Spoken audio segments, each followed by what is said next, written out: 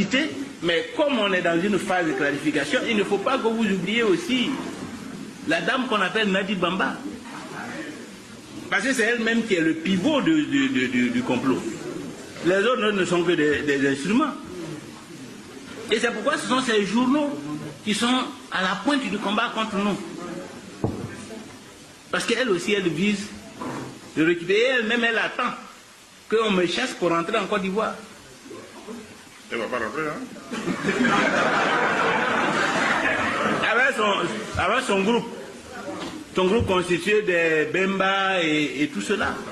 Des Bemba, Traoré, des Stéphane Kipré. Platinum, bon, il est dedans, mais ce sont ceux-là.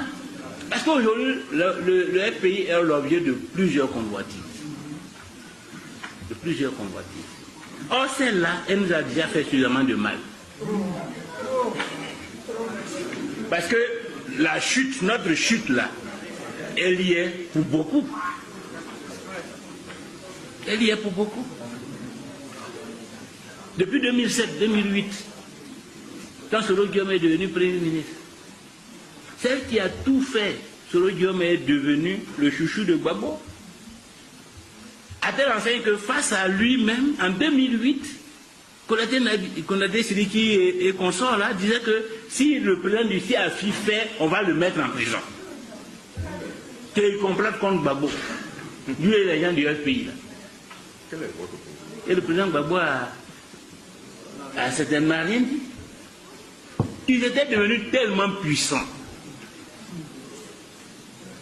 Un jour, pendant la même période, quand il a refusé, après les événements de Séguéla, j'ai fait une conférence de presse pour me plaindre de ce que Soro est Premier ministre et puis le pays n'est pas réunifié. Il n'y a pas de désarmement. Même quand il y a un événement à Séguéla, l'armée ne peut pas rentrer là-bas pour mettre de l'ordre. Ce sont les combattants là. Il dit, nous on ne peut pas accepter ça. J'ai fait la conférence de presse. Et c'est à la suite de cette conférence de presse que Sidiki Konaté est sorti pour me menacer et dire on va m'arrêter si je continue. Et c'est nous qui sommes dangereux pour Gbagbo. À l'issue de ça, on a dû faire une rencontre au palais, au plateau. Évidemment, il n'était pas là, on a parlé, nous on a expliqué au président. Il y avait toute l'armée, le ministre de la Justice. J'ai dit ce jour au président que désarmement là, c'est ça qui est la clé de la victoire. Que si on fait le désarmement, les gens vont nous reconduire comme ça de surcroît en plus. Que si on ne fait pas, ça risque, les élections risquent d'être difficiles pour nous. Qu'aujourd'hui là, on ne peut pas. Les préfets qu'on envoie là, on les envoie, ils sont assis là-bas, mais nous aucun pouvoir. Seulement ils avaient commencé à déployer les préfets. Mais c'était les forces nouvelles qui avaient toujours les armes. Et ils empêchaient la police, la gendarmerie et l'armée d'arriver dans ces zones. Donc, après ça, j'étais à Paris et puis un journaliste m'a demandé, il dit, mais vous vous plaignez, vous critiquez Soro Diop, mais pourtant aujourd'hui même, il a été reçu par le président de la République, les rapports entre lui et le président de la République semblent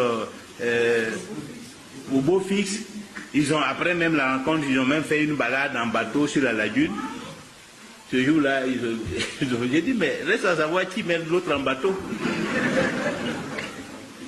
Bon, donc, et moi-même, je l'ai dit, puisque moi-même, face à ces critiques, on a eu des contacts, non, fille, ne critiquez pas, travailler en bonne intelligence avec Soro. On a eu même une rencontre qu'elle a organisée entre Soro et moi.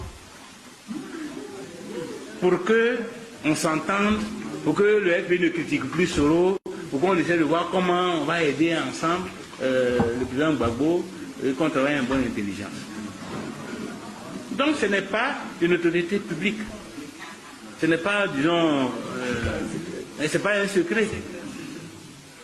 Mais après, où s'est retrouvé Soro? Où il est actuellement et où nous sommes? Quand au moment où Gbagbo a eu besoin de Soro, il a disparu. Après les élections. Et c'est parce que le président Gbagbo était convaincu que Soro était là pour lui, qui n'a pas été suffisamment regardant sur la question du désarmement. De toute façon, les gens qui sont là, ce sont mes hommes. Pourquoi je vais me préoccuper particulièrement du désarmement? même s'il n'y a pas de... Les gars de Soro ne vont pas prendre les armes contre nous. À un moment, nous-mêmes, au niveau de la direction du parti, on s'inquiétait, parce que les informations qu'on recevait, c'est que des armes rentraient, à l'approche même des élections, des armes rentraient de Ouaga, en direction de Bouaké. On s'en inquiétait. Les gens nous disaient, non, ne vous inquiétez pas, ces armes-là, ce n'est pas contre vous. Puis en ce moment, Soro était à couteau tiré avec les Kone Zakaria et tout ça, ils se battaient. Et Kone Zakaria avait fui pour aller au Burkina. Non, c'est contre les gens de Kone Zakaria de IB, là. C'est contre eux que Soro s'équipe.